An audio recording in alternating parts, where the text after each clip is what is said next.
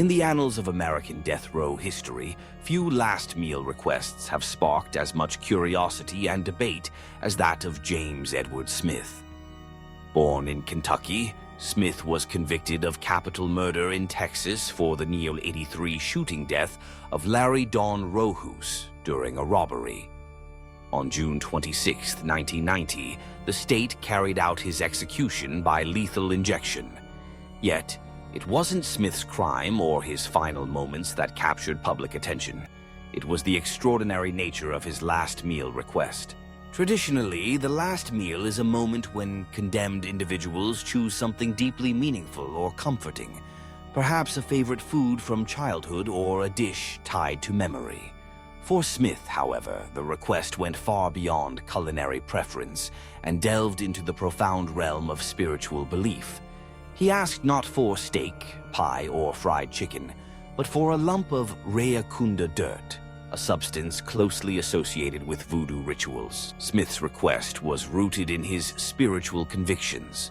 He believed that the dirt held mystic powers and intended to use it in a ritual to mark his body. The purpose, in his own words, was to empower his spirit for the journey ahead and to ensure it would not become trapped as a ghost.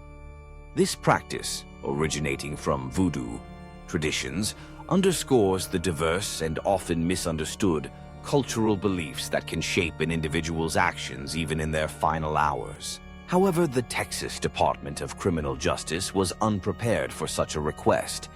The official regulations surrounding last meals were clear. Only food items were permitted and dirt was not on the list. The institution's response was swift and unyielding. Smith's request was denied on the grounds that dirt could not be considered food under any legal or practical definition. Instead, officials offered him a cup of yogurt, a stark and flavorless alternative to the symbolic substance he'd hoped for. Smith, resolute in his beliefs, refused to touch the yogurt.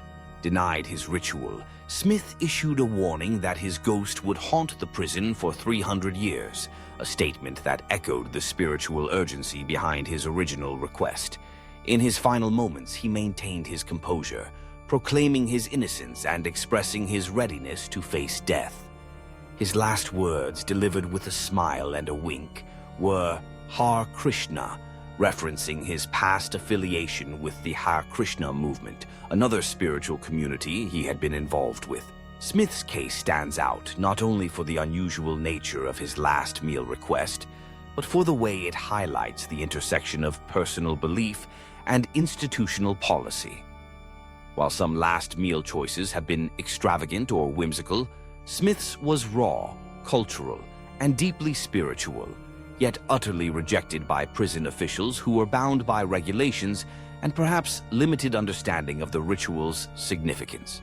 It raises important questions about how institutions handle the final wishes of those in their custody, especially when those wishes reflect cultural or religious practices that fall outside the mainstream.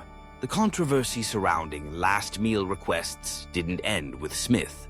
In 2011, Texas prison officials discontinued the practice of allowing condemned inmates to choose their last meal after another inmate, Lawrence Russell Brewer, made an extravagant request and failed to eat any of it. This change serves as a reminder of how individual cases can drive broader policy decisions. James Edward Smith's story is a powerful example of the complexities that arise at the intersection of culture, belief, and institutional control.